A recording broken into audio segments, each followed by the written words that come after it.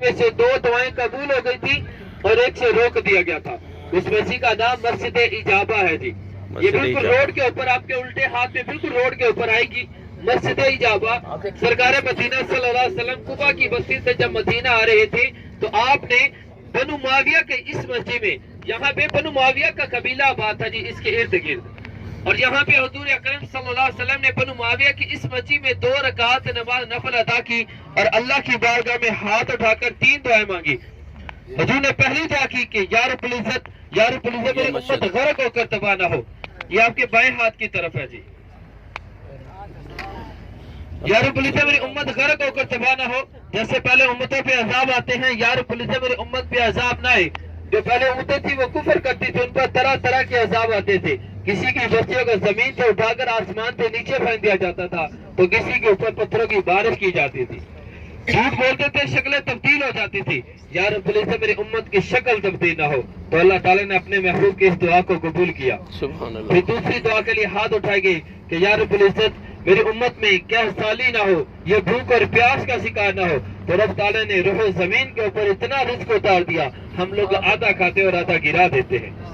یہ الگ بات ہے اگر اللہ پاک نے کسی کو زیادہ دے دیا اور کسی کو کم دے دیا. یہ دعا بھی قبول ہو گئی. پھر تیسری دعا سے آپ کو روک دیا گیا.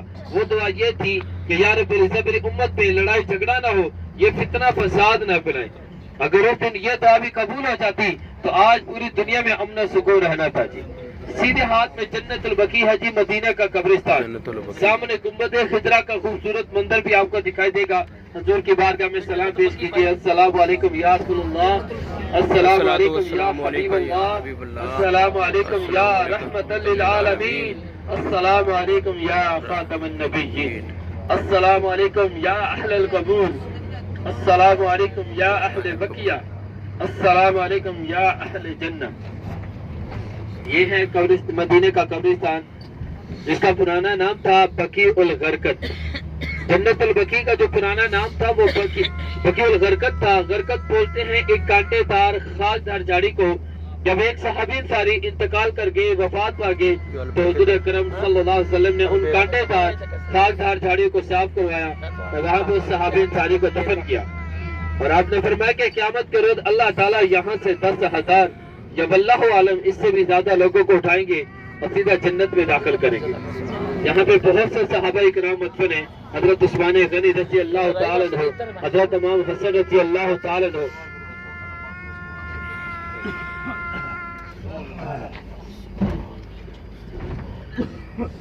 حضرت عباس رضی اللہ تعالیٰ عنہ، نبی پاک صلی اللہ علیہ وسلم کے بیٹے، آپ صلی اللہ علیہ وسلم کی بیٹیاں، ازواج مطہرات اور بہت سے تابعین جو ہیں وہ اس قبرستان میں مدفن ہیں. اس کا گیٹ نماز فجر اور نماز عصر کے بعد، جنت البقیع کا جو گیٹ ہے نماز فجر اور نماز عصر کے بعد صرف اور صرف مرد حضرات کے لیے کھولا جاتا ہے. مرد حضرات اندر جا کے زیارت کر سکتے ہیں، خواتین جو ہے وہ باہر سے زیارت کریں گی. سیدھے ہاتھ میں مسجد بلال ہے، یہ پیچھے دیکھیں آپ تھوڑا سا، مسجد بلال. اور 6 نمبر گیٹ کے آپ جیسی مسجد نبی کے 6 نمبر گیٹ سے جب آپ باہر نکلیں گے نا، انشاءاللہ واپسی پہ میں وہ مقامات بھی دکھاتا ہوں. 6 نمبر گیٹ سے آپ جیسے ہی باہر نکلیں گے تو وہاں پہ بھی 3-4 مساجد ہے. مسجد غمامہ ہے، مسجد ابو بکر ہے، مسجد عثمان غنی رضی اللہ تعالیٰ عنہ اور مسجد بلال. یہ 6 نمبر گیٹ سے آپ باہر نکلیں گے تو یہ ساری مساجد آپ کو مل جائیں گی. مسجد غمامہ یہ وہ مسجد ہے جی جہاں پہ حضور اکرم صلی اللہ علیہ وسلم نے اہل مدینہ کے لیے بارش کے لیے دعا کی تھی. اور پیارے آقا کریم صلی اللہ علیہ وسلم کے پاس صحابہ تشریف لائے، کہنے لگے حضور ہمارے فصلیں سوکھ رہی ہیں، جانور بھوکے مر رہے ہیں، آپ دعا کیجئے نا کہ اللہ پاک رحمت کی بارش کو نازل فرمائے. تو سرکار تو عالم صلی اللہ علیہ وسلم نے وہاں پہ نماز ادا کی اور اللہ کی بارگاہ میں ہاتھ اٹھا کر دعا مانگی تھی تو 7 دن لگاتار بارش ہوتی رہی. یہاں تک کہ مدینہ کے کنویں بھر گئے، پانی گھروں کی دیواریں تک ہو گیا. اہل مدینہ پھر حضور کی بارگاہ میں تشریف لائے، کہنے لگے حضور ہمارے کچے مکان گرنا شروع ہو گئے ہیں. تو حضور تو پیارے آقا کریم صلی اللہ علیہ وسلم نے پھر سے دعا مانگی تھی تو اللہ تعالیٰ نے بارش کو روک دیا تھا. یہ جو میں نے مسجد بلال دکھائی تھی نا جی، یہ کوئی تاریخی مسجد نہیں ہے، اسے سعودی حکومت نے تیار کیا اس مسجد کو جی، کیونکہ یہاں پر مدینے کی ایک قدیمی منڈی لگا کرتی تھی تو اس منڈی کو ختم کر دیا گیا. پھر یہاں پہ ایک مارکیٹ بنا کے اس کے اوپر ایک مسجد کو تعمیر کیا اور حضرت بلال حبشی رضی اللہ عنہ کی کوئی بھی ذاتی زمین مدینے کے اندر نہیں تھی، تو پھر اس مسجد کو حضرت بلال حبشی رضی اللہ عنہ کے نام سے منسوب کر دیا گیا۔ حضرت بلال رضی اللہ تعالی عنہ مسجد نبوی کے پہلے مؤذن، جب حضور اکرم صلی اللہ علیہ وسلم کی تعلیمات کو سنا تو آپ نے احد احد کا ذکر کرنا بلند کر دیا کہ اللہ ایک ہے، اللہ ایک ہے۔ آپ کو یہودی سردار امیہ بن حلف کہنے لگا کہ بلال آپ احد احد کرنا چھوڑ دو، ایسا نہ ہو کہ تمہارے اوپر ظلم کرنا، تشدد کرنا شروع کر دو۔ لیکن حضرت بلال نہیں مانتے، آپ کو مکہ کی گلیوں میں گھسیٹا گیا، آپ کو صحرا کی تپتی ہوئی ریت کے اوپر لٹا دیا جاتا تھا، اوپر وزنی پتھر رکھ دیے جاتے، پھر پوچھتا بلال اب بتا خدا کتنے ہیں؟ تو حضرت بلال رضی اللہ تعالیٰ فرماتے اللہ ایک ہے، اللہ ایک ہے۔ آپ کے جسم کے اوپر اتنے کوڑے چلاتا تھا وہ یہودی، اتنے کوڑے چلاتا کہ آپ کا کالا جسم لال ہو جاتا۔ پھر پوچھتا بلال اب بتا خدا کتنے ہیں؟ تو حضرت بلال فرماتے ہیں کہ اللہ ایک ہے، تو میرے اوپر جتنے مرضی ظلم کر لے، جتنے مرضی تشدد کر لے، لیکن میری زبان سے احد کی صدا نہ جائے گی۔ آخر اس بندے نے ظلم کی انتہا ہی کر دی۔ ایک چلتا ہوا کولا اٹھایا اور حضرت بلال رضی اللہ عنہ کی زبان کے اوپر رکھ دیا گیا۔ آج اگر ہماری انگلی جل جائے نا تو ہمارے پورے جسم میں درد رہتا ہے، اور وہ درد ہم سے بڑی مشکل سے برداشت ہوتا ہے۔ ذرا سوچیں، تصور کریں ذرا، جب حضرت بلال کی زبان کے اوپر جلتے ہوئے گولے کو رکھ دیا ہوگا تو ان کی کیا حالت ہوگی۔ پھر پوچھتا ہے بلال اب بتا خدا کتنے ہیں؟ تو حضرت بلال رضی اللہ تعالیٰ عنہ تھلتھلاتی ہوئی زبان کے ساتھ کہتے ہیں کہ اللہ ایک ہے، اللہ ایک ہے۔ پھر حضرت ابو بکر صدیق رضی اللہ تک جب علم ہوا تو آپ نے خرید کے آزاد کروا لیا۔ جب تک بکے نہ تھے تو کوئی پوچھتا نہ تھا، جب تک بکے نہ تھے تو کوئی پوچھتا نہ تھا، آقا آپ نے خرید کے انمول کر دیا۔ آپ کے الٹے ہاتھ باغے حضرت سلمان فارسی رضی اللہ تعالیٰ عنہ، یہ جو وادی، جس وادی کے اندر سے ہم لوگ گزر رہے ہیں نا جی، اس وادی کا نام وادی بتحان ہے، اور یہ جنت کی وادیوں میں سے ایک وادی ہے۔ یہ بہت بڑا باغ ہے، آپ کے الٹے ہاتھ میں واضح طور پر آپ کو دکھائی دیتا رہے گا جی۔ یہ سارا ویسے جہاں پہ حضور نے خود اپنے دست مبارک سے 300 پودے لگائے تھے، وہ اب پودے ختم ہو چکے ہیں، کیونکہ پودوں کی بھی ایک عمر ہوتی ہے جی۔ اور اس وادی کو خاک شفا کے نام سے بھی جانا جاتا ہے جی۔ تھوڑا سا آگے چلیں گے تو یہ آپ کے الٹے ہاتھ میں جو باغ آئے گا نا، اسے خاک شفا کا میدان بھی کہتے ہیں جی۔ سرکار دو عالم صلی اللہ علیہ وسلم اللہ کے محبوب جب معراج میں تشریف لے کے گئے، آپ جنت کی سیر فرما رہے تھے کہ آپ کو چلنے کی آواز آئی۔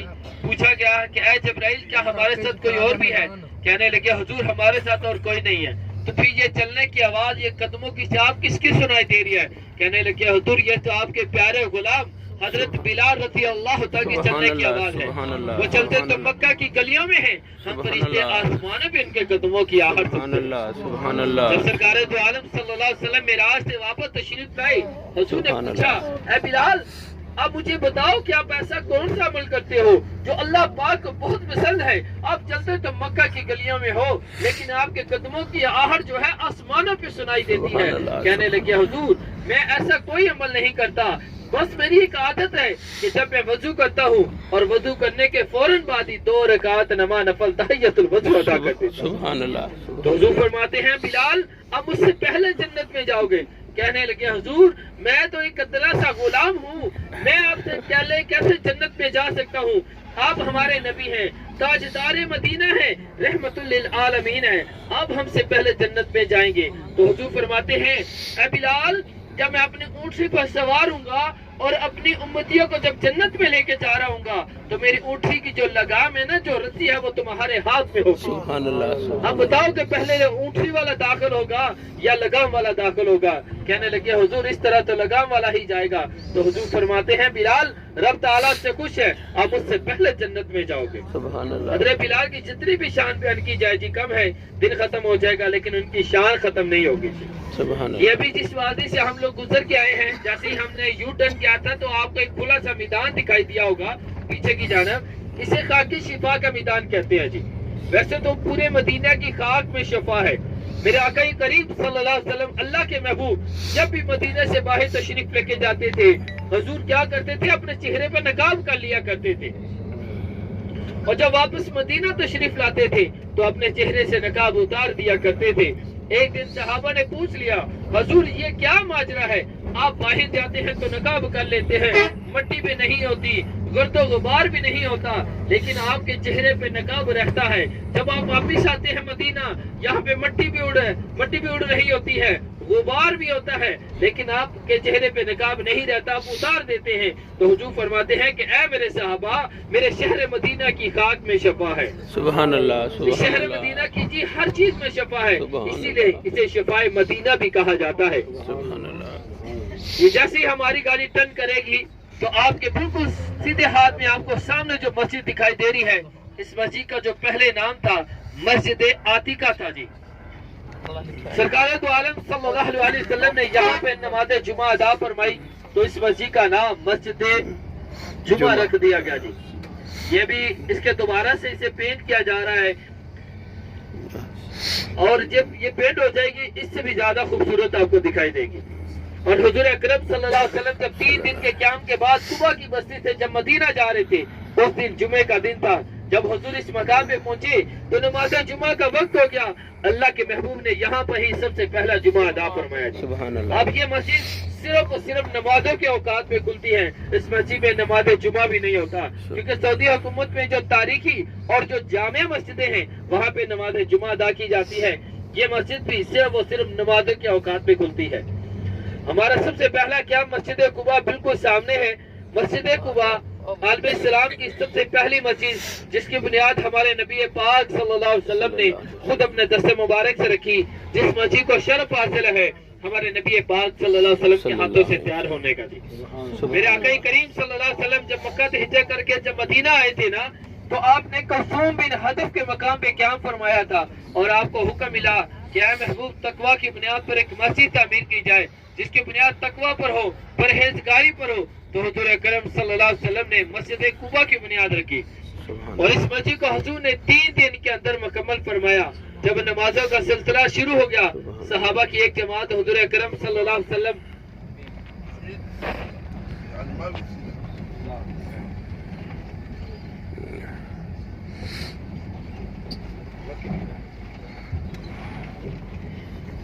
تو پیارے آقا کریم صلی اللہ علیہ وسلم کے پاس صحابہ تشریف لائے، کہنے لگے حضور ہمارا بھی دل کرتا ہے کہ ہم بھی ہر روز عمرہ کریں، ہر روز طواف کریں، حجر اسود کا بوسہ لیں، خانہ کعبہ کا دیدار کریں، لیکن ہم سے مکہ جو ہے وہ بہت دور ہے، ہمیں بھی کوئی ایسا عمل بتایا جائے۔ تو حضور فرماتے ہیں بلال، اے میرے صحابہ، آپ پریشان کیوں ہوتے ہو؟ چلو آؤ میں آپ لوگوں کو خوشخبری سنا دیتا ہوں۔ آپ کے لیے اور آپ کے بعد آنے والے میرے ہر ایک امتی کے لیے یہ خوشخبری ہے کہ جو شخص بھی گھر سے باوضو ہو کر، پاک صاف ہو کر مسجد قباء میں آ کے 2 رکعت نماز نفل ادا کرے گا، اسے ایک مقبول عمرے کا ثواب ملے گا۔ سبحان اللہ۔ تو آج ہم اسی سعادت کو حاصل کرنے کے لیے جو مسجد قباء تشریف لائے ہیں، اور انشاءاللہ ہمارے گاڑی کا قیام جو ہے وہ 20 منٹ کا ہوگا۔ 8:15 ہو چکے ہیں، انشاءاللہ 8:35 پہ گاڑی کو روانہ کریں گے۔ سب سے پہلے آپ لوگوں نے 2 رکعت نماز نفل تحیت المسجد مسجد قباء، اگر تحیت المسجد نہ کہنا ہے تو آپ کہہ سکتے ہیں 2 رکعت نماز نفل حاجت میں داخلی مسجد کے ادا کرتا ہوں، اور پھر آپ لوگوں نے 2 رکعت نماز نفل شکرانے کے ادا کرنے ہیں، اللہ پاک کا شکر ادا کرنا ہے جس نے اپنے پیارے محبوب کے پیارے شہر میں بلا لیا۔ گیٹ نمبر 10 مردوں کے لیے ہے، اور گیٹ نمبر 9 جو ہے خواتین کے لیے جی۔ تشریف لائیے گا جی۔ 9456 گاڑی نمبر ہے جی، بس کا نمبر نوٹ کر لیں، بس کا نمبر 9456 گاڑی نمبر 9456۔